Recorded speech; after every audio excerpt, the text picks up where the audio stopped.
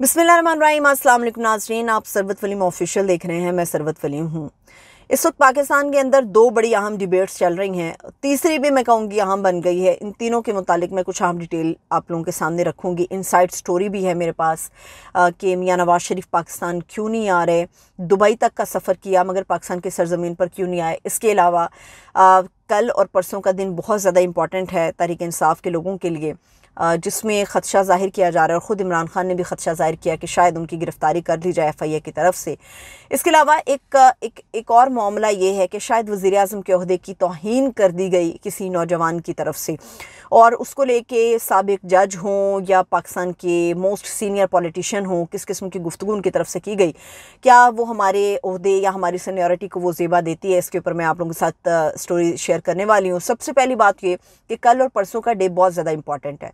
FIA की तरफ से हेयरिंग है और साइफर का ये जो मामला उठा था ये झूठा है सच्चा है, इसके ऊपर इन्वेस्टिगेशन के लिए इमरान खान को तलब किया गया। याद रहे कि मंगल का रोज़ होगा 25 जुलाई, मगर कल यानी कि पीर के रोज़ 24 जुलाई को असद उमर और शाह महमूद कुरैशी उन दोनों को तलब कर लिया गया और साइफर के इशू के ऊपर ही उनसे इन्वेस्टिगेशन की जाएगी। हैरत की बात यह है कि असद उमर और शाह महमूद कुरैशी इनको इमरान खान के साथ तलब नहीं किया गया। पहला ही यहाँ पे आपके अंदर ना शक की गुंजाइश पैदा हो जाती है कि उसकी क्या वजह इन दोनों के ऊपर उनके साथ तलब नहीं किया गया इमरान खान के। इनको अलग से बुलाया गया है, हालांकि मामला तो एक था, एक साथ आना चाहिए था, वर्डिक्ट भी एक साथ होना चाहिए था, मगर ऐसा नहीं हुआ। 24 को कल ये दोनों लोग पेश हो रहे हैं और बहुत ही अहम और ज़िम्मेदार ज़राए का ये कहना है कि इमरान खान साहब को असद उमर हों या शाह महमूद कुरैशी, क्योंकि मुलाकात इनकी भी हुई है और पसे पर्दा ये सुनने में आया है, मैं इसकी डिटेल हासिल करने की कोशिश कर रही हूँ कि शायद मुसर्रत जमशेद चीमा और उनके हस्बैंड इन दोनों ने इमरान खान साहब से मिलने की कोशिश की है, मगर कुछ ज़्यादा अच्छी और खुशगवार मुलाकात या इसके इशारे हमें नहीं मिले। अब असद उमर हों, असद उमर का आपको याद है अदालत में वो रो पड़े और इमरान खान से उन्होंने हाथ भी मिलाया और पता था कि इमरान खान से उनकी मुलाकात अब होने जा रही है, ऐसा हुआ। अब शाह महमूद कुरैशी, क्योंकि इमरान खान को ये पता है उनके बाद पार्टी कौन चलाएगा। पहले तो ये खबर थी कि शायद कुरैशी साहब होंगे, मगर बहुत ही अंदर की खबर ये है कि शाह महमूद कुरैशी और असद उमर इन दोनों से एतमाद उठ चुका है चेयरमैन इमरान खान साहब का। और ये बड़ी इनसाइड डिटेल्स हैं क्योंकि इस वक्त किसी ना किसी तरह से इमरान खान की गुफ्तगू को भी टैप करने की कोशिश की जा रही है। अब घर के अंदर तो घुसा नहीं जा सकता, लेकिन कुछ इस किस्म की टेक्नोलॉजी का इस्तेमाल किया गया कि किसी से उनकी गुफ्तगू के बारे में इल्म हो सके। मगर इमरान खान के जो चाहने वाले हैं या उनके करीबी लोग हैं वो भी इस सिलसिले में बहुत ज़्यादा मोहतात रवैया रखे हुए हैं। अब मामला ये है कि 25 को अकेले इमरान खान को तलब किया गया और इमरान खान ने ऑलरेडी अपने खिताब के अंदर, जो कि उनके मुताबिक शायद ये उनका आखिरी खिताब हो कौम के साथ, उन्होंने कहा कि हो सकता है मेरी गिरफ्तारी हो जाए। क्योंकि जब पाकिस्तान, हमारा सिस्टम क्या है, पाकिस्तान के अंदर अभी साइफर की FIA के ज़रिए कोई तहकीकात शुरू नहीं हुई। अभी सिर्फ उन्होंने इमरान खान को बुलाया है और साइफर के मामले में बुलाया, लेकिन क्या उन्होंने पूछगछ करनी है या क्या उनको डिटेल्स रिक्वायर्ड है, इसके बारे में उन्होंने कुछ नहीं बताया। अब इमरान खान ने अभी पेश होना है, अभी सवाल जवाब होने, अभी तहकीकात शुरू होनी है। मगर पेशी से पहले, तहकीकात से पहले मुल्क के वज़ीर दाखिला राना सनाउल्लाह ने यह कहा है कि साइफर के मामले में इमरान खान की गिरफ्तारी होनी चाहिए और FIA वज़ीर दाखिला के अंडर इदारा होता है। अब इमरान खान को तकरीबन ये यकीन है कि किसी और मामले में अब कुछ नहीं हो सका तो साइफर के मामले में उनकी गिरफ्तारी होगी। अपने आखिरी खिताब में भी उन्होंने यही कहा है कि मुमकिन है ये आखिरी हो तो लोग अपनी स्ट्रगल, अपनी जद्दोजहद को नहीं छोड़ें, पुरअमन जद्दोजहद हर सूरत करनी चाहिए उन्हें।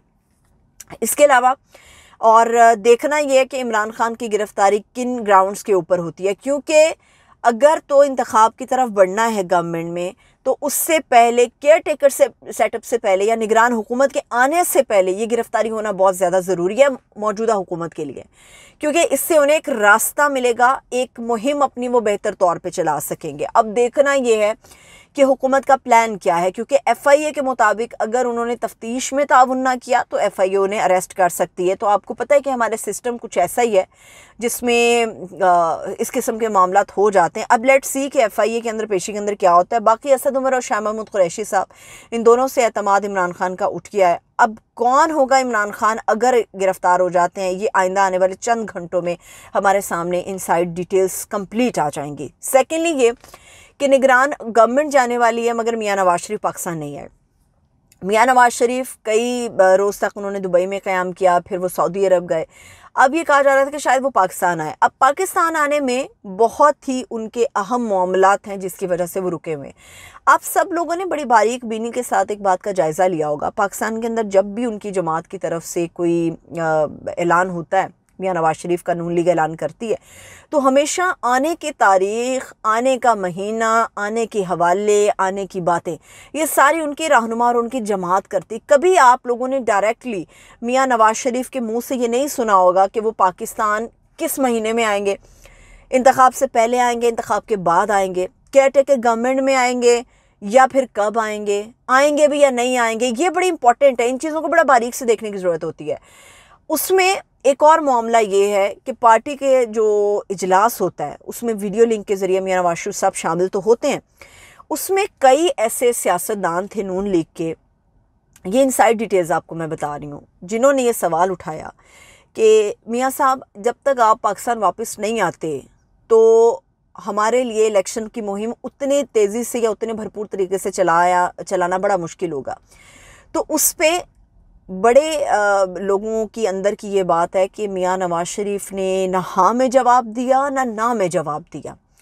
और सबसे अहम बात ये, आपने देखा होगा कि इस वक्त मुल्क के वज़ीर-ए-आज़म शहबाज शरीफ साहब हमारी इस्टेब्लिशमेंट के बहुत ही ज़्यादा करीब हैं, बहुत ही ज़्यादा करीब हैं। इस्टेब्लिशमेंट के फेवरेट कैंडिडेट कौन है? वो है वज़ीर-ए-आज़म शहबाज शरीफ। और मुमकिन है कि अगर तहरीक इंसाफ का पत्ता काट दिया गया और आइंदा गवर्नमेंट बनी तो वो वज़ीर-ए-आज़म शहबाज शरीफ साहब होंगे।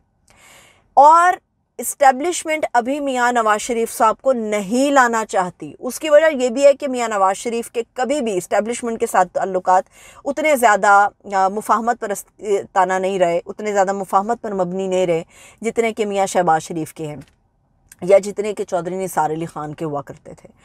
अब इसीलिए इस्टेब्लिशमेंट चाहती है कि नवाज शरीफ साहब वहीं पर रहें। मगर अगर नवाज शरीफ पाकिस्तान में वापस नहीं आते तो फिर नून लीग का क्या बनेगा? ये एक वो अहम चीज़ है जिसके ऊपर इस वक्त गौर हो रहा है। बड़े अंदर के लोग हैं जो समझते हैं और कह रहे हैं कि मियां नवाज शरीफ साहब के अदलिया के मामलात को लेके भी अभी रुकावटें हैं। वक्त का इंतज़ार किया जाएगा कि चीफ जस्टिस उमरता बंदियाल अपने घर को लौट जाएँ, रिटायर हो जाएँ। उनकी जगह जब जस्टिस काजी फायज़ ईसा साहब तशरीफ़ लेकर आएंगे तो मुमकिन है उनके लिए अदालत की तरफ से कोई रिलीफ हो, जिसके बाद वो वापस आ सकते हैं। अब आपने ये भी एक चीज़ नोट की होगी कि इस वक्त मियां नवाज शरीफ हों या फिर उनके साहबजादी हों, उन कैंप के अंदर खामोशी है। मियां शहबाज शरीफ का कैंप पूरे ज़ोर से जगमगा भी रहा है और जोशीले खिताब भी कर रहा है और इनाग्रेशंस भी हो रही हैं। इसके अलावा हमजा शहबाज उनके साहबजादे जो काफ़ी अरसे से बैक बेंचेस के ऊपर हमें नज़र आ रहे थे, अभी वो फ्रंट बेंचेस के ऊपर है, वो आगे हैं। और आए रोज़ हमें नज़र आता है कि उनके काफ़ी ज़्यादा मुकदमात में ये दोनों बाप बेटा निमट गए हैं और मामलात उनके हतमी मराहिल की तरफ चले गए हैं। तो इसलिए बड़ा ख़दशा ये ज़ाहिर किया जा रहा है कि मुमकिन है कि मियां नवाज शरीफ के बाद ये इलेक्शन हो।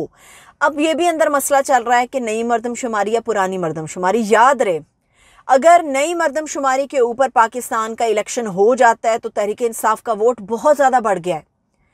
पाकिस्तान तहरीक इंसाफ के पास अपना वोट है, नया वोट है, हमदर्दी का वोट है। इस वक्त तहरीक इंसाफ के पास बहुत ज़्यादा वोटर मौजूद है। इसलिए भी कोशिश हो रही है कि पुरानी मरदमशुमारी के तहत इलेक्शन की तरफ जाया जाए। और ये जो बयानिया बनाया जा रहा है कि जी नई मरदमशुमारी के तहत गए तो इलेक्शन लेट हो जाएंगे, आइन की थोड़ी खिलाफ वर्जी हो जाएगी, जनवरी फेब या मार्च तक अगले साल बात पहुँच जाएगी। तो यही तो मसला था जब नई मरदमशुमारी और पुरानी मरदमशुमारी के ऊपर इशू चल रहा था। तो तहरीक इंसाफ ने यही तो कहा था कि पंजाब के अंदर इलेक्शन कराने दें, KP में इलेक्शन कराने दें 122 लेवल का। तो उन्होंने कहा था कि नहीं ये तो बड़ा कंट्रोवर्शियल हो जाएगा, पुरानी मरदमशुमारी पे इलेक्शन हो गया। तो ये चीज़ें हैं जो सवाल छोड़े जाएंगी अपना। इसके अलावा एक और अहम बात, वज़ीर-ए-आज़म शहबाज शरीफ साहब। वज़ीर-ए-आज़म शहबाज शरीफ साहब ने एक यूथ इनिशिएटिव प्रोग्राम था, उसके अंदर शिरकत की। उन्होंने चंद नौजवानों से मुलाकातें की, उसमें जो यंगस्टर हमारे स्पोर्ट्समैन थे उसमें आप तमाम लोगों ने एक वीडियो देखी होगी। मेरा इसके ऊपर पॉइंट थोड़ा सा डिफरेंट है। उस पॉइंट में मैं आपको बताती हूँ कि उस खिलाड़ी ने जब शहबाज शरीफ से हाथ मिलाना था, शहबाज शरीफ ने हाथ आगे किया मिलाने के लिए, तो उस नौजवान ने एक हाथ अपनी कमर पे रखा हुआ था। अगर आप वो वीडियो देखेंगे तो आपको पता चलेगा। एक हाथ उसने अपनी कमर पे रखा और दूसरा हाथ उसने शहबाज शरीफ साहब से उनकी शक्ल देखे बगैर मिलाया, जैसे वो मिलाना नहीं चाह रहा और बेजारी का इजहार कर रहा है। उसके ऊपर जब उसका पीछे वाला हाथ कमर पे था तो फौरन वज़ीर-ए-आज़म शहबाज शरीफ की सिक्योरिटी टीम वाला लड़का आदमी भागता हुआ आया फटाफट साथ के, कहीं इसके कमर के इसके बैक साइड पे इसके पास कुछ है तो नहीं, कोई नुकसान तो नहीं, वज़ीर-ए-आज़म को पहुंचा देगा। और सेकेंडली ये कि उसके ऊपर जो दिली तौर पे दुख होता है, अफसोस होता है। शौकत अजीज़ सिद्दीकी साहब साबिक जज रह चुके हैं इस्लामाबाद हाई कोर्ट के हाई कोर्ट के हैं वो गालिबन शौकत अजीज़ सिद्दीकी साहब, एनी हाउ वो रिटायर हो चुके हैं। तो उन्होंने सबसे पहले इस वीडियो के ऊपर कमेंट किया। उन्होंने तो इतना रुथलेस किस्म का, इतना मतलब रूड किस्म का कमेंट किया। उन्होंने कहा कि भाई इस नौजवान को फौरी तौर पे फारिग कर देना चाहिए, इसने वज़ीर-ए-आज़म की तौहीन कर दी, इसको फौरी तौर पे फारिग कर देना चाहिए। फ़रतुल्लाह बाबर साहब एक सीनियर पॉलिटिशियन है, पाकिस्तान पीपल्स पार्टी से उनका ताल्लुक़ है। फ़रतुल्लाह बाबर साहब ने जो ट्वीट किया उस नौजवान को लेके, उन्होंने कहा कि इसने एक स्पोर्ट्समैन के अंदर स्पोर्ट्समैनशिप होती है, उसके अंदर जज्बा होता है, उसके अंदर बर्दाश्त होती है। इस आदमी ने ये गलत किया और जो एक दाग उसके ऊपर डाला गया या मोहर लगाई गई उसके ऊपर, इसे कहा गया कि ये इमरानी पैदावार है। और शौकत अजीज़ सिद्दीकी साहब ने उसके हस्ब नस्ब से रिलेट कर दिया, बड़े सख्त किस्म का कमेंट किया शौकत अजीज़ सिद्दीकी साहब ने।